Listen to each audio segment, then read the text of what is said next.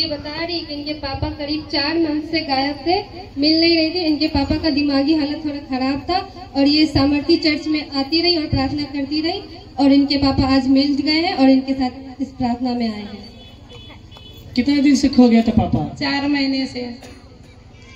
और बहुत पछतावा हो रहा था हम लोग को, बहुत रो रहे थे, बहुत ढूंढ रहे थे, लेकिन नहीं मिल रहा था। जब यहाँ हम आ रहे थे तो रो रो के हम गवाही दे रहे थे, सोच रहे थे अगर पापा आ जाएगा तो फिर हम यहाँ पे गवाही देने के लिए जरूर आएंगे। चलिए, आप रो रो के प्रार्थना कर रहे थे, प्रभु ने आपके प्रार्थना को रिसीव किया है। जोरदार ताली बजा दें। यीशु मसीह की। अब रोना बंद, मुस्कुराते रहिए। हालेलुया। पास्टर जी जय मसीह की। ये बहन का बहुत बड़ा टेस्टिमनी है। ये बता रही कि 3 साल से ये मधु खा रही थी, नशा पुड़िया, और यहाँ ये प्रार्थना में आती रही, सामर्थी चर्च से जुड़ी रही। अब ये पूरी तरीका से छोड़ दिए पुड़िया खाना। मन नहीं करे पुड़िया खा के? रजनीगंधा, अरवा चावल, कुछ नहीं। चलिए, कितना दिन से खा रहे थे मधु?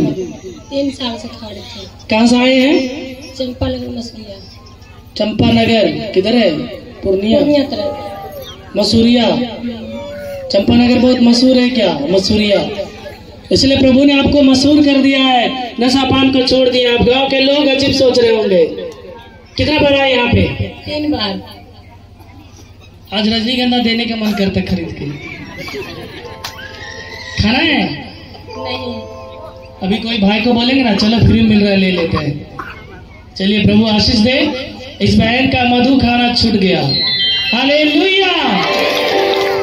जितनी माता बहनें गूल करती होंगी या नशापान जो भी करती होंगी, ध्यान से सुन लिए ना। जितने भी लोग खाते हैं मधु वगैरह, चुपचाप पान खाती हैं घूंघट लेकर, नशा पान छोड़ देने तो कोई फायदा नहीं है। जब आप नशा करेंगे आपका जीवन नाश होगा, आप कर्ज पे कर्ज में होंगे। समझ रहे हैं? जितने भी लोग नशा करते, कितने भी बड़े पैसा वाले हैं, आज कर्ज में हैं। इस बात को आप लोग मानते हैं कि नहीं मानते हैं? नशा पान को छोड़िए तो जीवन को नाश कर देगा। नशा का मतलब ही है नाश, सर्वनाश, अति नाश। इसलिए उनके कारण आपके घर परिवार में कर्ज होता है, बीमारी होता है, बच्चे डेढ़िया बीमार होते, पैसा निकलते जाता है। इसलिए छोटा सा गलती के कारण सारा ब्लेसिंग को आप खत्म कर देते हैं। इसलिए सुधर जाइए। हालेलुया।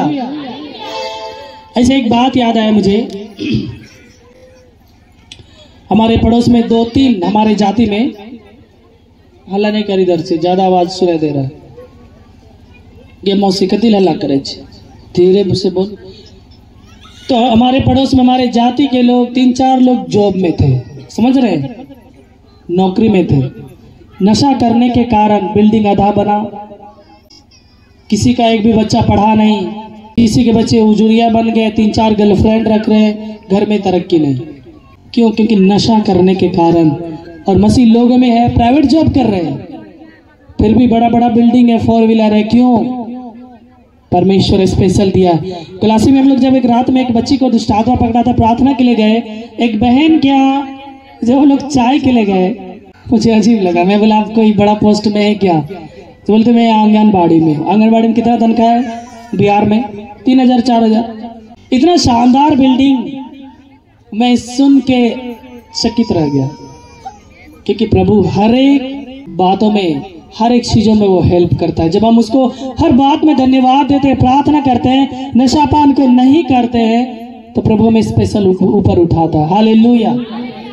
इसलिए हमें खुश होना चाहिए कि हम सच्चे और अच्छे ईश्वर को मान रहे हैं, जो कि कोई मूर्तियों में नहीं, कोई मिट्टियों में नहीं, कोई पत्थरों में नहीं, बल्कि वो हमारे आत्मा में निवास करता है। हालेलुया।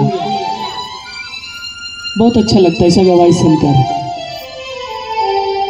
बहन नशा छोड़ दी, बहुत अच्छा लग रहा है। पुरिया खाती थी होगी, कभी कभी सरसों तेल नहीं पुरता था, पति से लड़ जाती थी होगी। हमें तोरा बच्चा ठिका ले लो, जो करवा तेल लाख 10 रुपया छुपा लेगी, पुरिया खाना है मगर तेल नहीं लाएगी। सही है ना? जोरदार ताली बजा दे। इसलिए सुधर जाइए। इस साइड के 2-4 बहन गूल करती है, मैं नहीं जानता मगर परमेश्वर बताता है। मैं गुल से दांत घसती है, झोला में लाती है चुपचाप। सुधर जाइए, मुझे सब दिख रहा है कौन क्या है। और इधर भी उस बीच में जितने भी हैं, 2-4 लोग गुल से मुंह धोती है ऐसे ऐसे। संतुष्टि नहीं है छिमरा। प्रभु के लिए संतुष्ट हो जाइए और नशा को बिल्कुल छोड़ दीजिए। नशा करना किसका काम है? शैतान का काम है।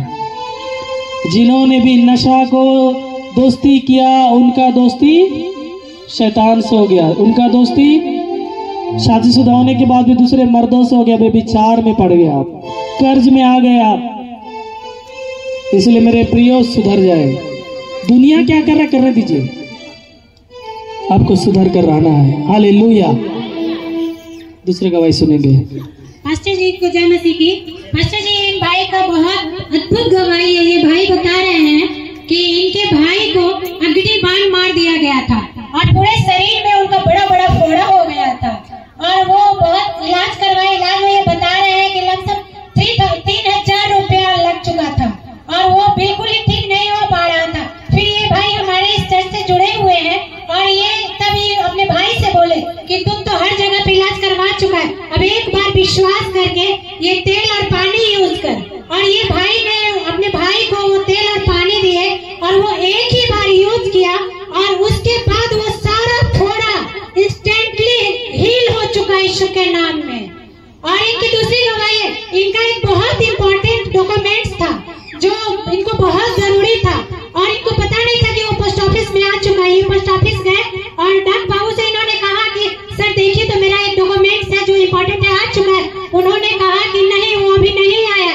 फिर ये बहुत होपलेस हुए और ये प्रार्थना करने लगे। प्रार्थना करने के कुछ ही देर बाद 9 बजे पोस्ट ऑफिस से कॉल आता है कि आपका नहीं आपका वो कागज आ चुका है, आप आकर के ले जाइए। और ये इम्पोर्टेंट डॉक्यूमेंट्स इनको वो उसी दिन मिला यीशु मसीह के नासरी के नाम में। हालेलुया। समझ रहे हैं? ब्लैक मैजिक के द्वारा उसको अग्निबाण बोलते बिहार में। फोड़ा फोड़ा हो जाना, शरीर जलना, डॉक्टर दवा से ठीक नहीं होना। मगर इन्होंने यीशु मसीह का लहू यानी कि तेल को दिया, पानी को दिया और कहा यूज कीजिए, और उसी दिन वो उतर गया। और हम समझ पा रहे हैं इनके स्पेशल डॉक्यूमेंट्स था, पता नहीं कौन डॉक्यूमेंट्स, मुझे मालूम नहीं। मगर डाक बाबू ने क्या कहा कि नहीं आया है। थोड़ा देर के बाद फिर कॉल आता है कि आपका आ चुका है। प्रभु कहता है मैं तुम्हारे संग हूं, तुम्हें घबराने की कोई जरूरत नहीं है। हालेलुया।